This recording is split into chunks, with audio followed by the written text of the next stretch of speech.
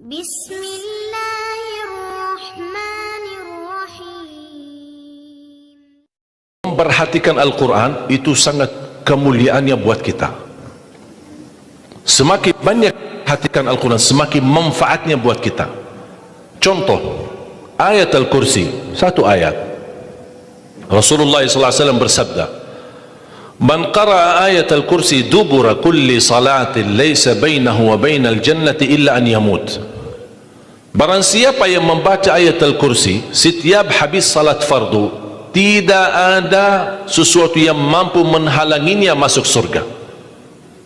Ayat Al-Kursi ini satu ayat menjaminkan kita masuk surga.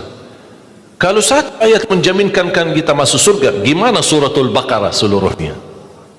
Gimana lagi 30 juz Al-Quran? Kata Siti Aisyah radhiyallahu anha, jumlah tingkatan dalam surga Allah sesuai jumlah ayat Al-Quran. Oleh karena itu tidak ada yang lebih tinggi di dalam surga Allah daripada Ahlul Quran. Karena nanti Ahlul Quran ketika masuk surga, Allah suruh baca dan naik. Baca sebagaimana kamu baca di dunia, dan naik posisimu dan darajatmu di dalam surga. Baca naik terus, baca naik sampai bersama Nabi Muhammad di darajat yang tertinggi di dalam surga Allah. Ini semua berkat Al-Quran. Belum lagi syafaat Al-Quran, belum lagi anak penghafal Al-Quran menghadiahkan 2 mahkota untuk kedua orang tuanya, belum lagi setiap satu huruf dapat 10 kebaikan, belum lagi Al-Quran akan menemani kita saat sakratul maut, belum lagi Al-Quran akan temani kita saat menghadapi mungkar nakir di dalam kubur, belum lagi saat dibangkitkan oleh Allah akan bersama Al-Quran sama kita, belum lagi saat dihisab Al-Quran akan menemani kita, belum lagi saat kita berjalan di atas sirat Al-Quran masih berkenan menemani kita sampai ke pintu surga. Bahkan ketika masuk surga Al-Quran tidak akan tinggalkan kita, masih terus masuk bersama kita di dalam surga sampai naik darjat yang tinggi di dalam surga Allah Subhanahu wa ta'ala.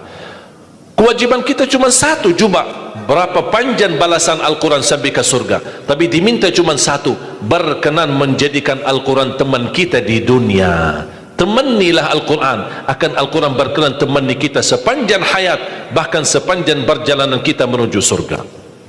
Itu kemuliaan Al-Quran. Cukup ada seorang ulama dari At-Tabi'in bernama Abdullah As-Sulami, Abu Abdurrahman Abdullah As-Sulami, Abdullah bin Habib As-Sulami. Ditanya, beliau 70 tahun mengajar Al-Quran. Ditanya, wahai imam, apa yang membuat kamu sabar sampai 70 tahun mengajar Al-Quran? Kata beliau, yang membuat aku sabar dan minat menjaga keistiqomahan, bersabda Rasulullah sallallahu alaihi wasallam, khairukum man ta'allama al-Qur'ana wa 'allamah, sebaik-baik manusia yang mempelajari Al-Quran dan mengajarnya. Itulah ingin saya menjadi orang yang baik bagi manusia, sebagaimana bersabda Rasul, itulah yang membuat saya sabar dalam mempelajari dan mengajar Al-Quran. Siapa yang tidak mau jadi manusia yang terbaik menurut Rasulullah sallallahu alaihi wasallam? Itulah bersama Al-Quran. Mohon maaf, siapa Ali Jabir? Hamba yang biasa, banyak kekurangannya, yang Allah anugerahkan kemuliaan bukan karena siapa-siapa, tapi karena Al-Quran. Dihormati, didepankan, dan semua orang penghafal Al-Quran berapapun usianya dihormati, didepankan, dimuliakan. Semua berkeinginan bisa bersalaman. Kita melihat dan menonton acara Hafiz Indonesia, jangankan anak-anak, bahkan yang cacat luar biasa Allah tunjukkan bagaimana kelebihan Al-Quran. Yang buta bisa hafal Al-Quran, yang lumpuh badannya dan jasadnya seperti alana yang tidak bisa jalan hafal Al-Quran. Naja yang luar biasa dahsyat, otaknya terganggu tapi bisa hafal Al-Quran. Dia tidak bisa baca, kasih Al-Quran suruh baca, dia tidak bisa baca. Tapi ditanya tes hafalannya, hafal. Berapa ayatnya? Hafal. Nomor berapa? Hafal. Kanan kiri hafal, atas bawah hafal. Allah menunjukkan kepada kita, Allah tidak akan melepaskan Al-Quran menjadi jaminan ditolong. Inna nahnu nazzalna dzikra wa inna lahu lahafizun. Kami telah menurunkan Al-Quran dan kami akan menjaganya. Di antara terjaga Al-Quran, terjaga Al-Quran secara fisik, terjaga Al-Quran secara tulisan, terjaga Al-Quran secara suara, dan terjaga ahlul Quran, para penghafal Al-Quran. Oleh kerana itu jamaah sekalian, selalu saya mendorong masyarakat, kalau kaum muslimin muslimat di Indonesia merasa dirinya gagal menjadi penghafal Al-Quran, jangan putus asa, tetap masih anda bisa menjadi ahlul Quran. Ayo kita lipatkan diri kita melalui yang jadi saham atau saksi baik bagi kita di hadapan Allah, melalui infak kita, sedekah kita, zakat kita, wakaf kita, apa saja, supaya kita datang di hadapan Allah. Ya Allah, mohon maaf, saya belum bisa hafal Al-Quran, tapi hartaku menjadi saksi untuk membantu dan menolong Al-Quran dan binaan Al-Quran. Insya Allah termasuk ahlul Quran dan mendapatkan syafaatnya Al-Quran di hari kiamat, dan amalan itu menjadi sedekah jariah yang menalirkan pahalanya sampai hari kiamat. Semua harus bisa berjuang. Tidak boleh ada orang berkata saya tidak bisa hafal. Insya Allah anakmu bisa hafal. Kalau anakmu belum bisa hafal, insya Allah cucumu bisa hafal. Kalau itu pun tidak berhasil, insya Allah saham walaupun sedikit seikhlasnya bisa menjadi saksi baik. Infaknya, sedekahnya, ikhlasnya, zakatnya, wakafnya, semua bisa menjadi saksi baik. Karena kita mendapatkan sebuah kemuliaan Al-Quran. Al-Quran kitab suci yang tidak ada keraguan di dalamnya. Sayang sekali kita bisa kehabisan berhari-hari tidak baca Al-Quran. Saya harap insya Allah mulai hari ini kita komitmen untuk khatam Al-Quran. Siap? Masih menunggu cara mudah untuk khatam? Saya kasih cara mudah. Ini kan Quran seperti Quran Madinah, ya, modelnya seperti ini halamannya. Sekarang sudah banyak di Indonesia seperti Quran Syamil atau Quran ini sudah mulai seperti ini, Quran Madinah, ya. Maksudnya model cetakannya dicetak seperti ini, mulai dari ayat, kalau di akhir halaman ditutupi dengan ayat. Dulu Quran lama, setiap halaman kita buka kadang-kadang ada separuh ayat di halaman kanan, sisanya di halaman kiri. Sekarang Quran Madinah tidak boleh begitu. Termasuk sudah mulai di Indonesia yang sudah disahkan oleh Kementerian Agama, disesuaikan seperti Quran Madinah. Jadi halamannya atas mulai dari ayat, kalau di akhir halaman ditutupi ayat, tidak disambungkan ke halaman berikutnya, supaya teratur. Di antara mereka susun setiap satu juz 20 halaman, dihitung seperti itu supaya rapi. Apa tujuan? Sebenarnya saya mengambil kesimpulan dari hikmah itu. Kenapa setiap juz 20 halaman?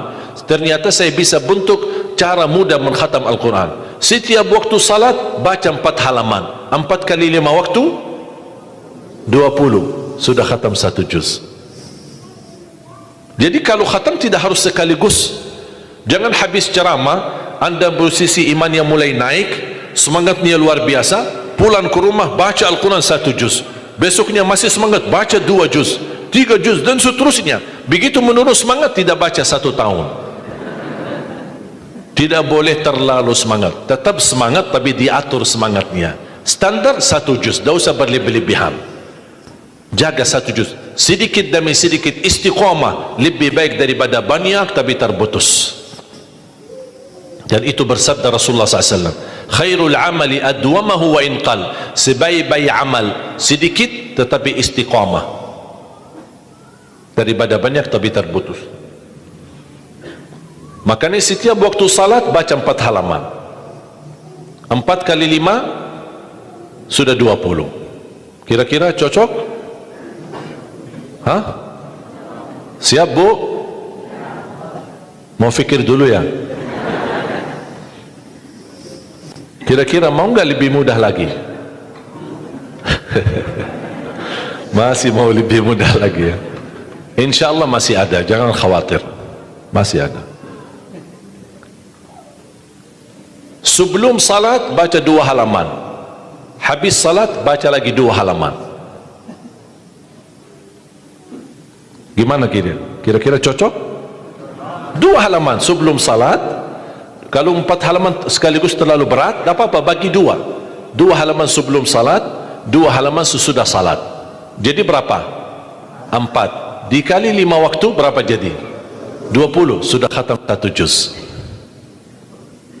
Kira-kira siap? 2 halaman, 1 kertas.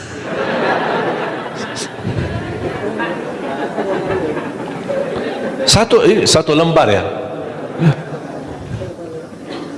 1 kertas, 1. Cuma bola balik, masa keberatan? Cuma 1. Begitu sebelum salat baca 1 kertas, 1 lembar. Habis salat baca lagi 1 lembar. Mohon maaf, lagi semangat, mau nambah jangan tambah. Itu aja dijaga sampai selesai. Kalau ini bisa dijaga, insyaallah husnul khatimah. Istiqamah dibaca. Siap? Fikir-fikir dulu atau gimana? Insyaallah aman ya, cocok. Cocok? Masih mau lebih mudah lagi? Bu, mau? Mau lebih mudah. Ini cara yang tadi yang saya sampaikan, setiap salat, sebelum salat 2 halaman, habis salat 2 halaman, dan seterusnya sampai khatam 1 juz. Itu cara yang termudah untuk orang yang paling malas. Kalau itu tidak bisa, saya angkat tangan, inna lillahi wa inna ilaihi raji'un. Sudah ada lagi, sudah habis. Malu kita sama Allah jamaah sekalian. Wallahi waktu kita banyak. Ketika saya berhasil khatam 10 jam bisa khatam 30 juz, Allah kasih 24 jam. Masa kita tidak bisa 1 juz? Saya tidak minta 30 juz dalam 10 jam. Saya minta 1 juz dalam 24 jam. Jadi kalau ketika anda baca, jangan suka lihat halaman belakang. Itu yang membuat banyak berat. Misal baca Al-Baqarah, sambil dia baca A'udzubillahi minasyaitonir rajim, Bismillahirrahmanirrahim, Alif Lam Mim, Dzalikal kitabu la raiba fihi, hudan lil muttaqin, alladzina yu'minuna. Banyak. Sadaqallahul azim. Tidak jadi lanjut karena dia fikirannya sudah berubah. Dia tidak melanjutkan apa yang dia baca, tapi dia sudah membuka jumlah halaman begitu terlalu banyak. Aduh ya Allah, bukan saya tidak mau, masalah tidak ada waktu. Padahal kalau dia lanjut, ada kesibukan, tidak apa-apa, berhenti. Berhasil 2 halaman, berhenti. Ada urusan, aktivitas, ada tamu di rumah, tidak apa-apa, layani sebentar, habis pulang, lanjut lagi. Walaupun 1 halaman, walaupun separuh halaman, tidak apa-apa. Tunjukkan yang terbaik, walaupun itulah kemampuanmu. Tunjukkan, ya Allah mohon maaf, kemampuan saya cuma separuh halaman, tidak apa-apa. Allah senang apapun yang kita kasih, Allah senang asal istiqamah. Allah suka. Allah tidak minta yang banyak, Allah minta yang terbaik.